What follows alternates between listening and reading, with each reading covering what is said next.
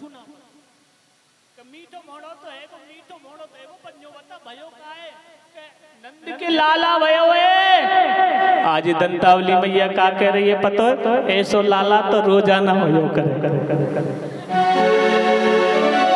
जासु मीठो मोड़ो है जाए रोजाना लाला होगा तो ही तो मीठो मोड़ो होएगा।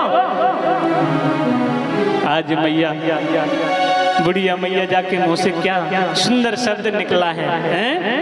अभी तो महाराज बड़ी धूमधाम से नंदोत्सव चल रहा है। माता रोहिणी किसकी पत्नी है? माता रोहिणी वसुदेव जी महाराज की है, सातवीं पत्नी है, आठवीं है देव की। तो जो खिड़की में इसे देख रही है नंदोत्सव में नहीं गई माता रोहिणी। मैया यशोदा ने जाकर देखा कि सभी ब्रजवासी आ गए पर लेकिन रोहिणी क्यों ना आई। सभी ब्रजवासी नाच रहे गा रहे पागल है गए माखन मिश्री लुटा रहे और ये रोहिणी को कहाँ है गए आई ना है। मैया यशोदा जाके कहने लगी रोहिणी क्या तोको मेरे लाला की खुशी ना है। माता रोहिणी के नेत्रों में आंसू झलक पड़े, कहने लगी ना मैया यशोदा ऐसा मत बोलो, आप तुमसे ज्यादा खुशी है और मेरा तो यहीं से लाला को आशीर्वाद है। और मैया यशोदा तुमको मालूम है ना मैं तुम्हारे नंदोत्सव में क्यों नहीं आ रही हूँ, क्योंकि आप भली भांति जानती हो मेरे जो पति हैं वो इस समय कहाँ हैं? मथुरा की जेलों में है जो कंस ने बंद कर रखा है। और मैया यशोदा जिसका पति जेल में हो, परेशानी में हो, कष्ट में हो, उस पत्नी को शोभा नहीं देता नाचना गाना है, इसलिए मैं नहीं आई हूँ। ऐसा मत समझो कि मुझे लाला की खुशी नहीं है, तुमसे ज्यादा खुशी है? जैसे तुम्हारो लाला है ना वैसे मेरो लाला है। माता रोहिणी के भी एक पुत्र हुए हैं जो 1 वर्ष बड़े हैं मैया यशोदा के लाला से। अभी तो महाराज बड़ी धूमधाम से नंदोत्सव है रहे हैं। अब तो महाराज देवर्षि नारद पहुंच गए कहां पर? राजा कंस के मेलों में। और वहां जाकर के देवर्षि नारद कहने लगे कि राजन आपको जिससे भय था डर था उसने तो ब्रज में जन्म ले लिया, अब आप क्या करोगे? देवर्षि नारद से कहने लगे देवर्षि मुझे ये तो बताइए वो कैसा है, मुझे पता ही नहीं है, मैं उसको समाप्त कैसे करूंगा? कंस क्या कह रहा है मुझे पता नहीं है, मैं उसे कैसे समाप्त करूंगा? आप मुझे बताओगे तो ही कि वो कैसा है दिखने में। आज देवर्षि नारद कहने लगे काला काला होगा, काला काला होगा और मुरली वाला होगा और पेट में दाढ़ी वाला होगा। अभी तो महाराज इतना कह करके देवर्षि नारद वहां से चले गए। अब तो राजा कंस को काला वस्त्र भी दिख जाएगा तो राजा कंस भयभीत हो जाता है। उसी समय राजा कंस बड़ी चिंता में बैठा है। महाराज राजा कंस जिसकी बहन का नाम क्या है? एक बार बोलना पड़ेगा, जय जय श्री। राजा कंस की बहन का नाम क्या है? ओ मैया का नाम है? पूतना है। अब तो महाराज जैसे ही राजा कंस के पास में पूतना आ गए, आकर के कहा भैया भैया आप बड़ी चिंता में बैठे हो, क्या हो गया है तुम्हें? कि बहन पूछो मत, जिससे मुझे डर था उसने ब्रज में जन्म ले लिया। मुझे उसका डर हर समय सताता रहता है। मुझे कोई काला वस्त्र भी दिख जाता है तो मैं भयभीत हो जाता हूँ, जहाँ तक कि मैं क्या करूँ कि भैया आप चिंता मत करो, आप चिंता मत करो, मैं तुम्हारे उस ब्रज में जिसने जन्म लिया है उसको मैं समाप्त करके आ जाऊंगा। राजा कंस कहने लगा, नहीं बहन, तुम्हारा काम नहीं है उसको समाप्त करने का, क्योंकि आप राक्षसी हो, आप राक्षसी हो, आपके बड़े बड़े लंबे दांत, बड़े बड़े नाखून, बड़ा विशाल चेहरा, उन गोकुल वासियों के बीच में आप कैसे पहुंचोगी? उस चीज की चिंता मत करो भैया, मैं सुंदर श्रृंगार कर लूंगी, और जो बड़े बड़े नाखून है ना, उन नाखूनों को भी मैं हटा दूंगी।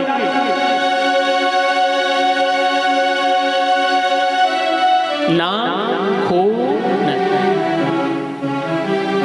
बहुत शौक रहता है आजकल नाखून रखाने का।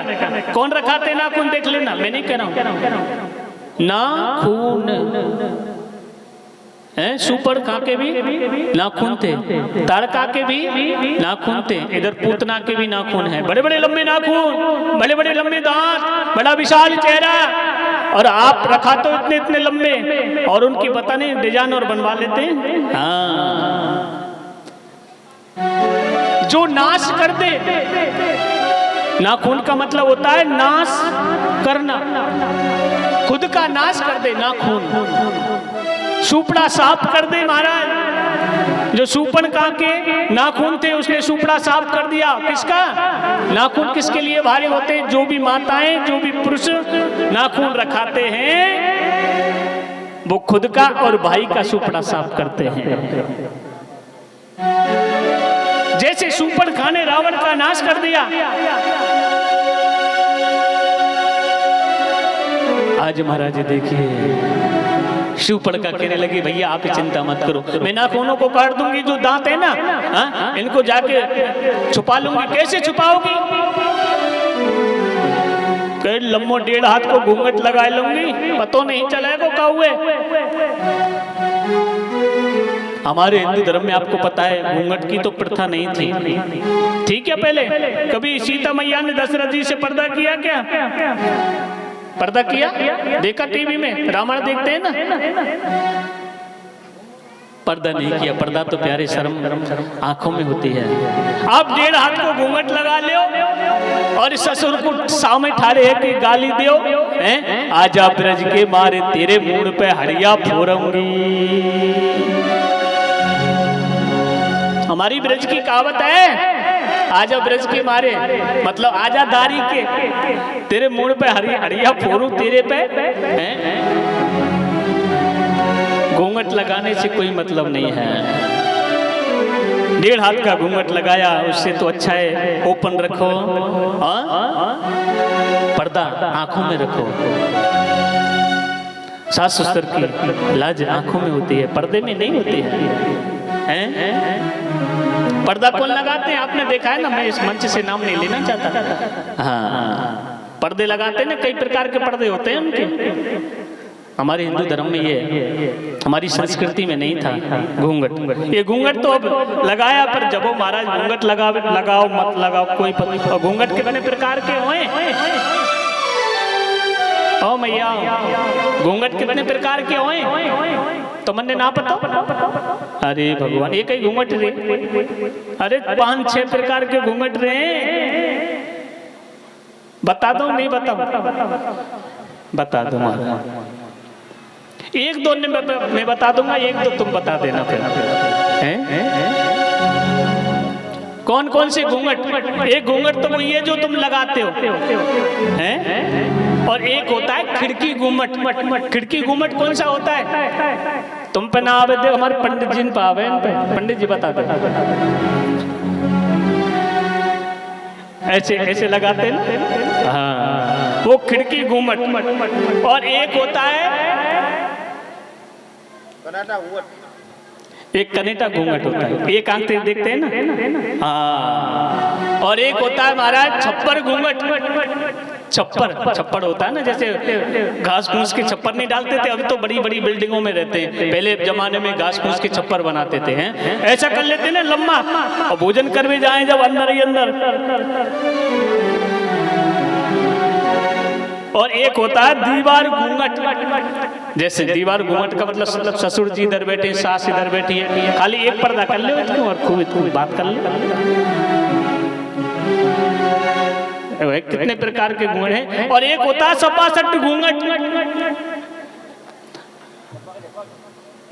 कैसा? आप कहीं मार्केट में शॉपिंग करने गई और मार्केट में शॉपिंग करके जैसे ही सामने कोई तुम्हारा कोई रिश्तेदार मिल जाए या फिर कोई भी आ सकता है, लपक झपक घूंघट है वो। हाँ, एकदम से जैसे महाराज कोई गेस्ट आ गया, तुम्हारा कोई रिश्तेदार आ गया, फटाफट से लगा लिया,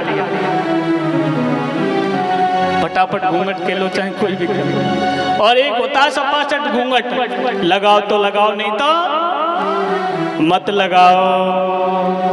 वहीं सास बैठी है, वहीं ससुर बैठो है, वहीं जेठ बैठो है, पर कोई मतलब नहीं है।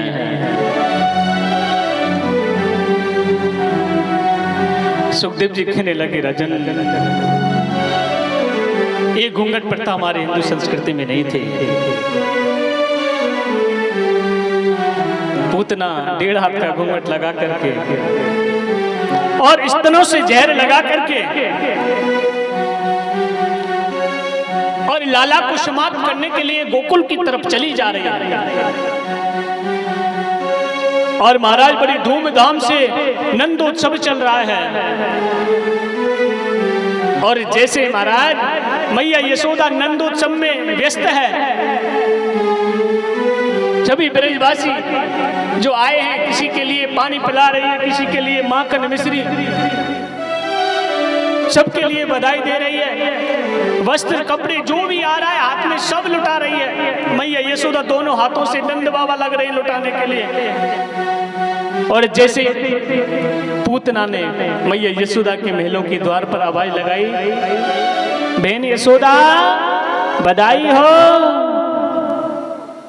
और जैसे यशोदा मैया दौड़ के आई, हाँ बहन बधाई हो, बधाई हो, कि मैं लाला के दर्शन करने आई हूँ, लाला को देखने के लिए आई हूँ। देख बहन, मेरे लाला पलने में सो रहे हो है, मैं गृह कार्य में बिजी हूँ, जो नंदोत्सव चल रहा है मैं व्यस्त हूँ, आप प्रेम से मेरे लाला के दर्शन करो, मैं अभी आती हूँ। पूतना महाराज जैसे पलना के पास में पहुंची पूतना और घूंघट को ऊपर कर लिया। और जैसे घूंघट को किया, जो लाला पलना में सो रहे हैं नेत्र बंद करके, और जैसे पूतना ने घूंघट को हटाया, दोनों नेत्रों को खोल लिया है। और नेत्र खोले, पूतना की तरफ देखा और मन ही मन कहने लगे, मौसी तुम आ गई। फिर नेत्र बंद कर लिए। एक विद्वान, एक संत का क्या मत है कि भगवान कन्हैया ने नेत्र बंद क्यों किए? भगवान कन्हैया ने नेत्र बंद इसलिए किए कि देखो मैं अभी छोटा सा हूँ और ये मौसी स्तनों से झेरे लगा के आई है, या झेरे तो मैं कैसे पी सकता हूँ। शंकर भगवान से प्रार्थना करने लगे, छोटे से लाला, हे भोलेनाथ तुमको तो आदत पड़ रही है झेर पीने की। जब समुद्र मंथन हुआ था तो उसमें भी झेर निकला, किसी देवता ने नहीं पिया, उन सब देवताओं ने आकर के तुमको दे दिया, तुम उस विष को भी पी गए।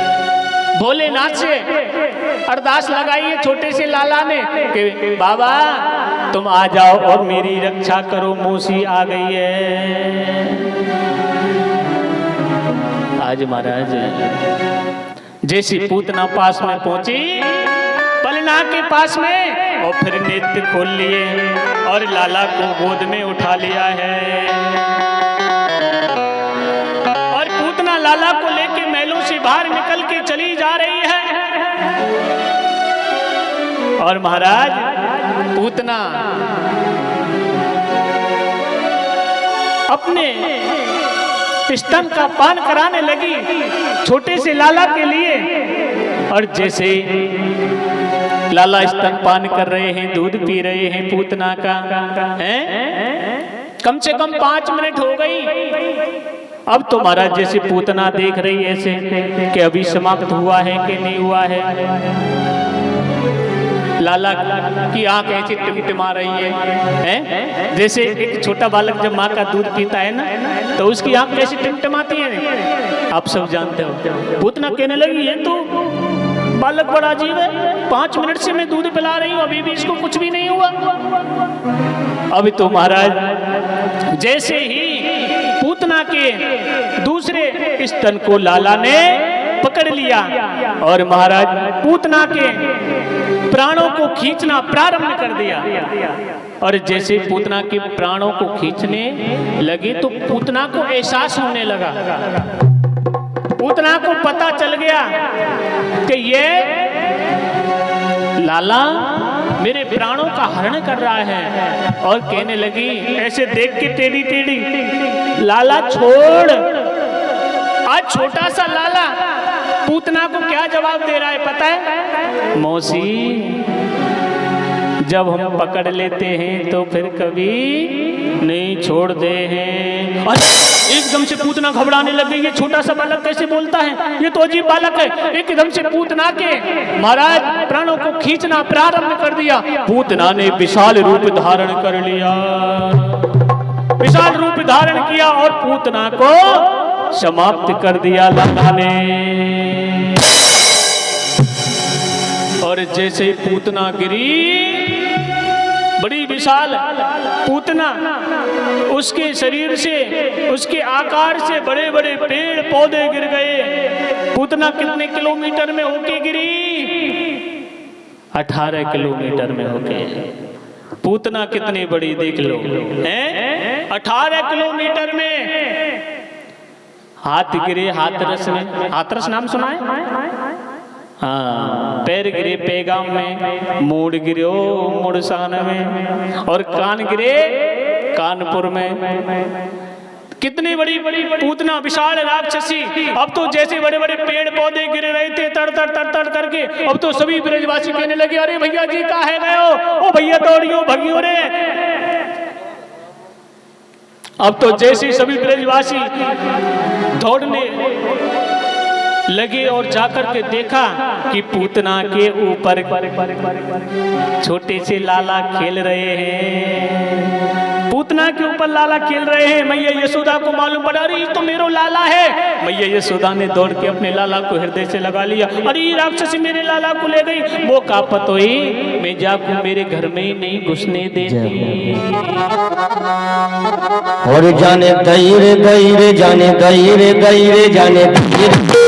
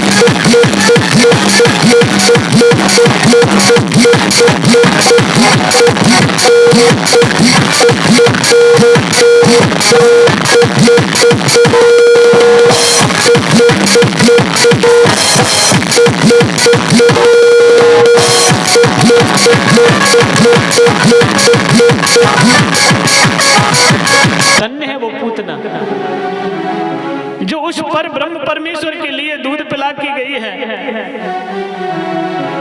वो अपना उद्धार करवाने के लिए आई थी। पूतना अपना उद्धार करवाने के लिए आई है। आज उस पूतना का उद्धार हो गया है। अब तो मैया यशोदा लाला को ले गई गौशाला में, और गौशाला में ले जाके गाय के गोबर से, गाय मूत्र से स्नान कराया हो। राक्षसी ले गई ना मैया यशोदा को, भे में है तो पतो ना मेरे लाला पे कछु है ना जाए, और गाय के पास में ले गई। गाय की पूंछ से झाड़ो दे रही है, मेरे लाला को कछु है ना जाए, मेरे लाला को कछु है ना जाए। और महाराज लाला को स्नान करा के और वापिस नंदोत्सव में बड़ी जोर से नंदोत्सव चल रहा है। नंद मेहर घर डोठा जायो, बरसाने से टीको आयो, ओ कन्हैया बरसाने से टीको आयो। देखो पलना में सोरोए जाको टीको आरो बरसाने थे।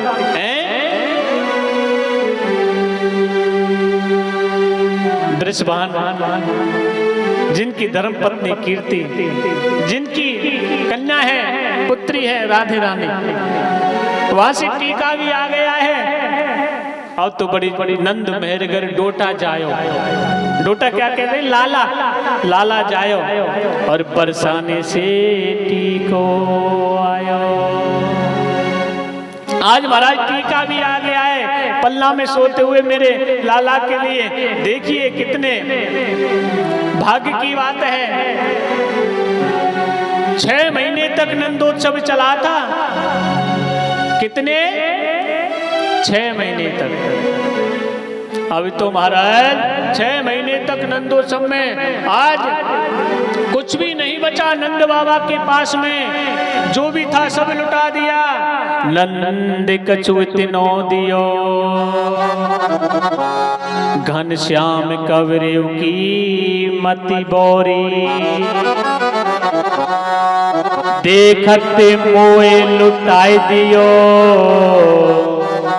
नाय बची बचिया छचिया ना पिछोरे, ओ कन्हैया कुछ भी नहीं बचा महाराज। नंद बाबा ने सब कुछ लुटा दिया। गाय जितनी 9 लाख गांव का दान किया था नंद बाबा ने, एक वस्त्र तक नहीं बचा था। नंदोत्सव में पागल हो गए। ऐसे नंदोत्सव मना में तुम्हारे हाई ना डीजे लिया है, बजा रहे, डांस चल रहा। अब वो डांस कैसा? 5 किलो को केक मंगा लिया।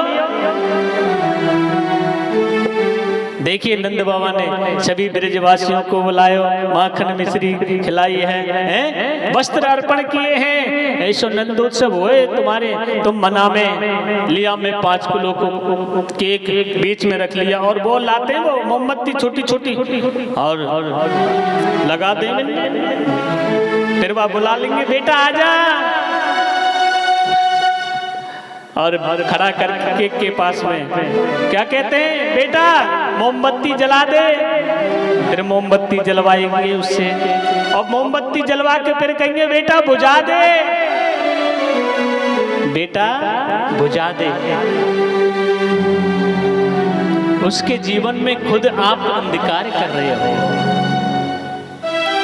उसी के हाथों से आप कैंडल जलवाते हो, मोमबत्ती जलवाते हो, और उसी के हाथों से बुझवाते हो। उसके जीवन में अंधकारी तो है।